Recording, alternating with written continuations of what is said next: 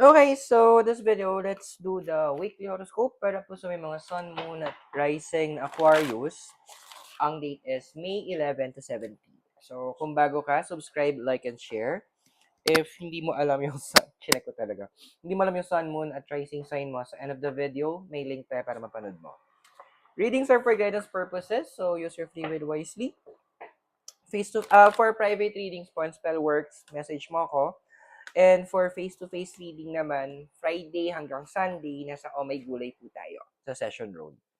Now, progressive reading to meaning magkakaroon pa to ng effect ng reading na to in an additional 2 to 3 more weeks. So, almost 1 month mararanasan mo siya. So, ano expect natin, Aquarius, for this? So, we have your una is the card of the Magician. Well, andito yung point that the universe will try to limit yung mga options na available sa'yo. Hindi naman sa ayaw ka bigyan ng universe ng options. Pero, minsan kasi pag sobrang dami namang options, ang hirap na, ano, na mamili. Andoon na may mga options kasi na akala natin goods siya, pero ang totoo, it is driving us away doon sa main goal natin. Now, to eliminate, para hindi ka na rin mahirapang mamili, and kasi pag namimili, of course, mag-iisip ka, mauubos ang oras mo, energy din yon. The universe will be eliminating out of those. Okay lang yan. So, wag kang magtaka na parang may mga opportunities na suddenly biglang parang magsasara, mga pito magsasara against you. Okay lang yan kasi it is a blessing in disguise na ginagawa ng universe para sa'yo. That means the universe, pinipilit niyang i-diretso ka doon sa path na kung saan dapat ka nandoon. And then another thing, dagdag natin, hindi mo kailangang i-announce sa lahat ng mga tao kung ano yung mga plans mo. Iwas tayo doon sa mga tao na mahilig na may magbigay ng ill wishes, yung tipong, di naman totoo yan, or, ay, di niya rin kaya, mamalas, ayan. So, refrain mo din ang pagpo-post too much or pag-share ng mga plans mo unless siguro po-post mo for celebration na kasi na-accomplish mo na siya. So, next natin is the Ace of Wands. So, syempre, nabawasan yung options, nagkaroon ng delays, or kumbaga, nabawasan na yung mga kailangan mong tignan. The Ace of Wands is also saying na since magkakaroon ka ng free time, mag-open naman yung universe ng ibang mga avenue para naman for your own self-growth. So, Ace kasi is about creation eh. And then Wands is about fire, the passions. So, andoon the universe wants you to build something na para sa'yo. Yung mga tipong, it could be a hobby, pwedeng bigyan, sa either lumang hobby mo na babalik ng universe or bagong hobby na andoon na it will really help na mabawasan yung stress mo or andoon na bigyan ka ng pagkakataon para it could develop into something na pwedeng pagkakitaan. Example, sabi natin, may office mate ako noon, ang hobby niya talaga is mag-ganchilyo. So, ending, kapag wala kaming masyadong calls noon, or pag break niya, yun yung ginagawa, nagaganchilyo. Hanggang, naibibenta niya na sa amin yun as do sa headset namin sa BPO, na parang, earmuffs doon. So, mas comfortable na yung kami. And, iba, may nagre-request ng mga centerpiece. So, hobby niya lang yon na pangtanggal stress, pero na-develop niya into something that can also help her earn money. So, tipong, ang dami niya na-accomplish with just one hobby. So, open mo yung sarili mo sa mga ganong possibilities from the universe. Now, next mo is the Five of Wands. The card is actually saying na may mga bagay na parang gusto mo nang gawin emotionally, parang pinupush ka ng universe to aim for it, to claim it, to do it. Pero parang and sa logic mo, sa mind mo na parang hindi ko bet, ganyan. You know what you need to consider, kailangan mo i-consider kasi once yung heart natin nagbibigay ng direction, ano sa case mo na air elemental ka, once na yung heart mo nagbibigay ng direction, you need to consider, you need to listen. Bigyan mo ng chance para intindihin mo kung ano yon. So, some of you guys parang paano kaya, may mga iba sa inyo parang, paano ko kaya makontak si ganito? Paano ko kaya ma-reach out si ganyan? Paano, pwede ko kaya puntahan yung ganitong lugar? May mga ganong bagay. You need to consider it kasi may next step ang universe for that. what's the next step we have here is the Four of Cups.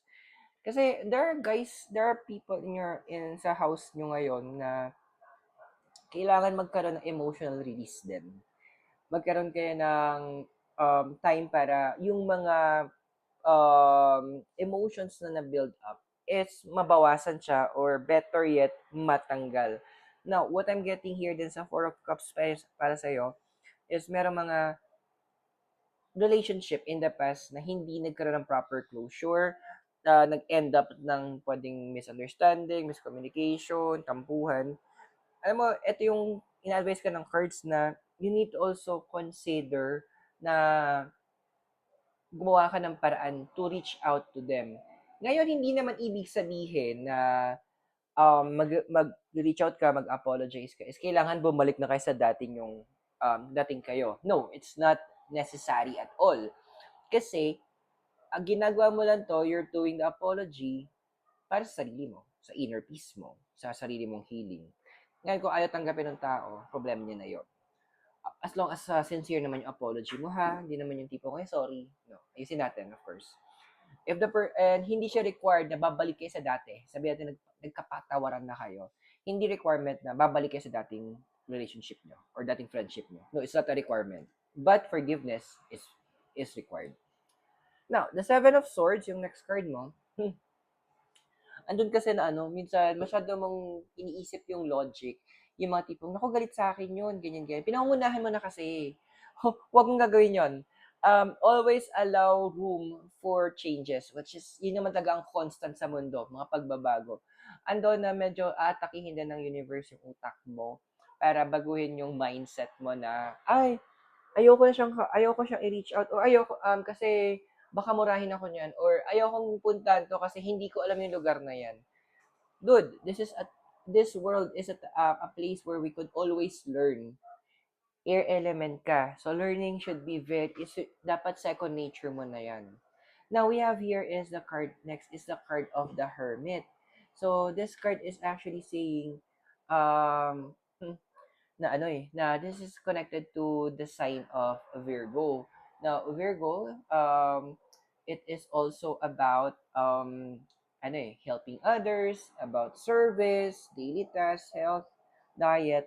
So, andito din kasi dapat hindi ko ito ginagawa. Pero, what I'm getting here is, may mga iba sa inyo nagkakaroon kayo ng hyperacidity, constant migraine, meron naman niya parang, andoon na parang, pansin niyo na, yung hihina ng mga joints nyo.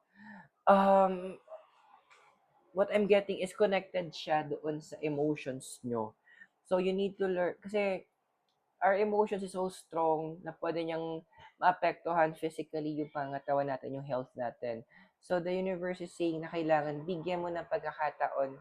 This is the release that you need, yung emotion. So, this is a time for you to do the service towards yourself naman. So, kaya nga babalik tayo doon na magpo-forgive and magkakaroon ka ng forgiveness eh.